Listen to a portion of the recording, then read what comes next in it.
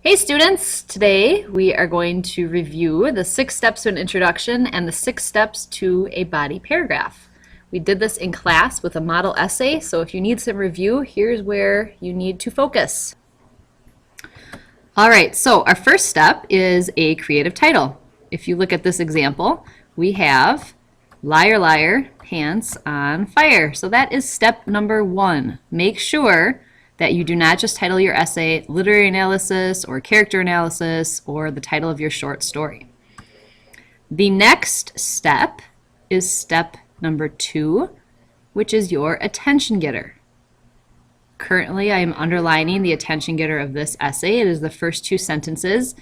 This particular author is attempting to draw a picture of a scenario. And they write, imagine someone lying to you. Imagine someone withholding important details about an event or conflict to make his or herself look more favorable. I would say this is about an average type of attention getter. I don't like that it uses the second person point of view, although sometimes when you're asking questions that is necessary, but that can be an error because it can limit your audience and it can sound preachy. You have in your notes a list of good attention getters, things that you can do, and you have in your notes a list of things that you definitely should not do. All right, let's go on to step 3. Step 3 is where you start to develop your broad topic. This includes an entire long section here where this particular writer gives us a real-world example and talks about the relevance of this topic in relation to the larger world. Your broad topic is going to come from the claim of your thesis. In this case, the claim of the thesis is that Montresor is an unreliable narrator. So this issue of being unreliable or not trustworthy is what you are going to have to develop then in your broad concept for your introduction. So I'll read to you, you can read along with me, the broad concept for this particular introduction. As a reader, one must be able to objectively identify the credibility of a narrator. An example of an unreliable narrator is James Fry in the fictional novel A Million Little Pieces. When Fry originally published this novel, he claimed that every detail was a truthful account of his life that involved alcohol and drug abuse. Later, Fry admitted to his audience that many of the details were embellished and false. Many of his audience members were shocked and refused to read any of his other published works. His reputation was shot. When a reader is presented with an unreliable narrator, they feel lied to and realize that they cannot trust the details and conflicts in the story. This does a really nice job of summarizing why it's important for writers or narrators to be trustworthy, and it gives an excellent example of a true story of a man who wrote A Million Little Pieces. His name was James Fry. And actually, if you know this story, he was part of the Oprah Book Club, and then on the Oprah Book Club, on the Oprah show, promised that his story was fully truthful, and in reality came out several months later and said that it was all made up. I like that this broad concept is well developed, gives a specific real-world example. After you have finished with the broad concept, then we move on to step number 4. And step number 4 is where you finally get to introduce or summarize the particular story, novel, short story, poetry, piece of poetry that you will be talking about. You always want to make sure that you introduce the title of the short story or novel first. Never talk about a character before you have given us the context of what story it is developed in. So we have here this above scenario similar to the narrator in the short story, The Cask of Amontillado. Then we finally introduce character conflict and basic plot or summary of the story. That will continue to about down here. That is all step 4. So continuing right here on the screen where my cursor is, we'll start reading again. Montresor tells his story of revenge on his lifelong enemy Fortunato. Montresor lures Fortunato into his catacombs with the promise of tasting the most exquisite wine, Amontillado. However, his real intent to bury Fortunato alive and leave him to a terrible fate and death.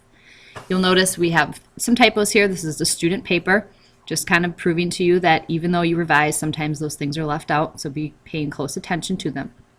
It continues. Because of his actions, the reader must recognize the unreliability of Montresor's character.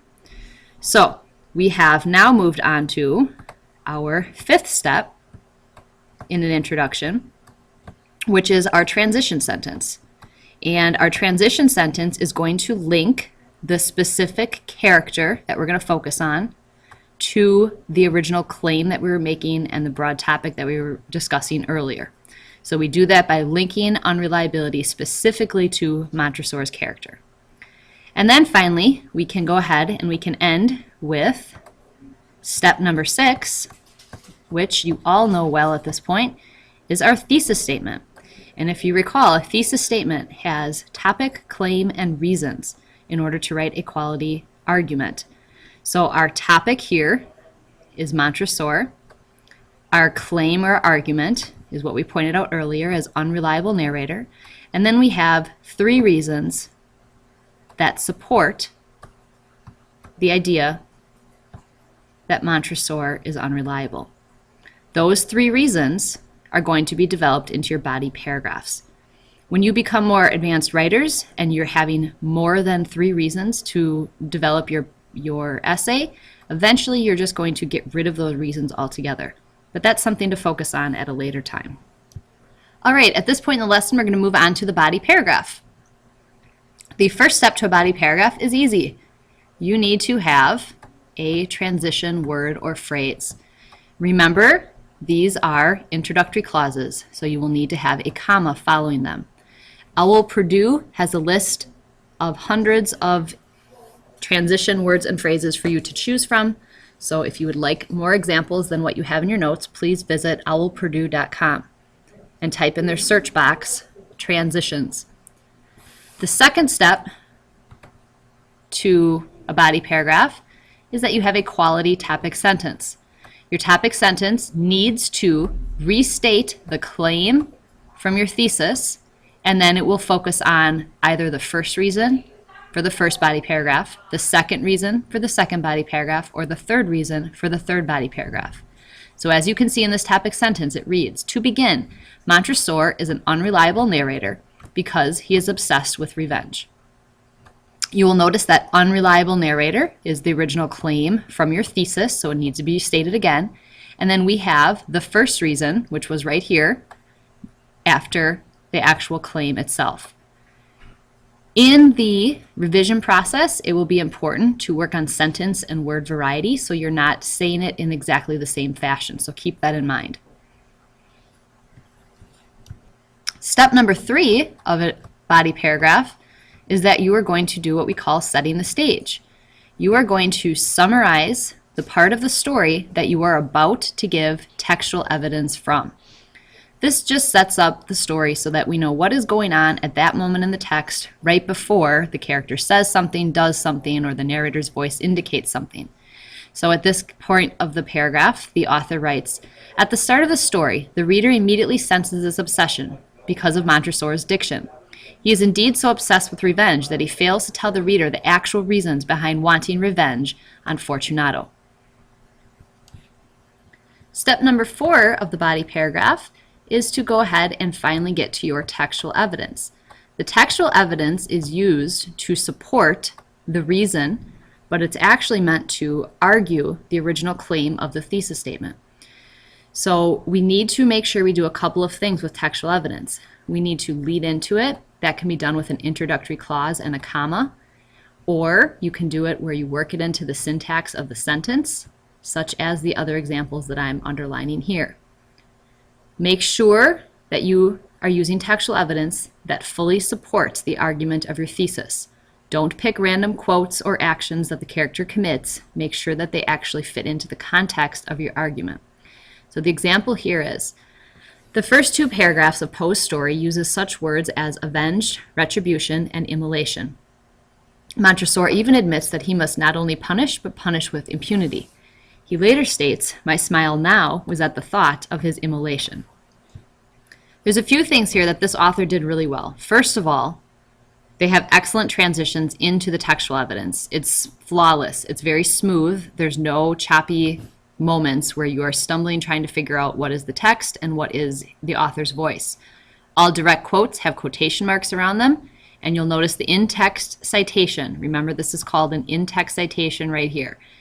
Now, because we have not switched sources, and because we are only quoting from Poe, and we've already said his name, well, in the sentence right before and in the actual thesis statement, we know that right now we are only pulling from one source. So it is acceptable at this point to only have the page number of where the text appears and no author's name before it. If you are switching sources back and forth, you will need to have the author's last name and number. If you're using digital sources, there probably won't be a page number, and that's a whole different story of what to do that we will discuss at a later time. All right, the next step then, after you incorporate textual evidence, is going to be now the analysis. Step number 5. This is the most important part of your essay. This is where you are going to link the textual evidence that you just gave me back to the original claim of your topic sentence and claim of your thesis statement. This should be 4 to 6 sentences long, and if you go over that, that's not necessarily incorrect because this is the deepest part of your argument. So the analysis for this portion of the body paragraph starts here and goes all the way down to the end of this sentence. So let's go ahead and read through that. A narrator who spends the first 2 paragraphs of the story discussing his hatred and revenge is clearly an insane person. Montresor's diction at this point in the story only demonstrates his hatred. A reader cannot trust a narrator who is obsessed with revenge because they are unable to tell the facts of the story in an unbiased manner, nor are they able to correctly portray the conflicts the characters experience. At this point in the story, the narrator is too emotional to convey the rest of the story truthfully. That completes step 5. Step 6 is a little bit easier. It is 1 sentence, and it is serving as a transition sentence into the next body paragraph. So it's the concluding sentence. It signals to the reader that there is more to come. This concluding sentence reads, "This is only one reason why Montresor is an unreliable narrator." Once you have finished these 6 steps, you go on to the next body paragraph, and you just repeat the steps. So this would be to start the second body paragraph. You have your transition word, and then your second topic sentence, making sure that you restate the claim of your thesis again. You will do this for a third body paragraph, and then you can move on to your conclusion. That will end today's mini lesson. Thank you.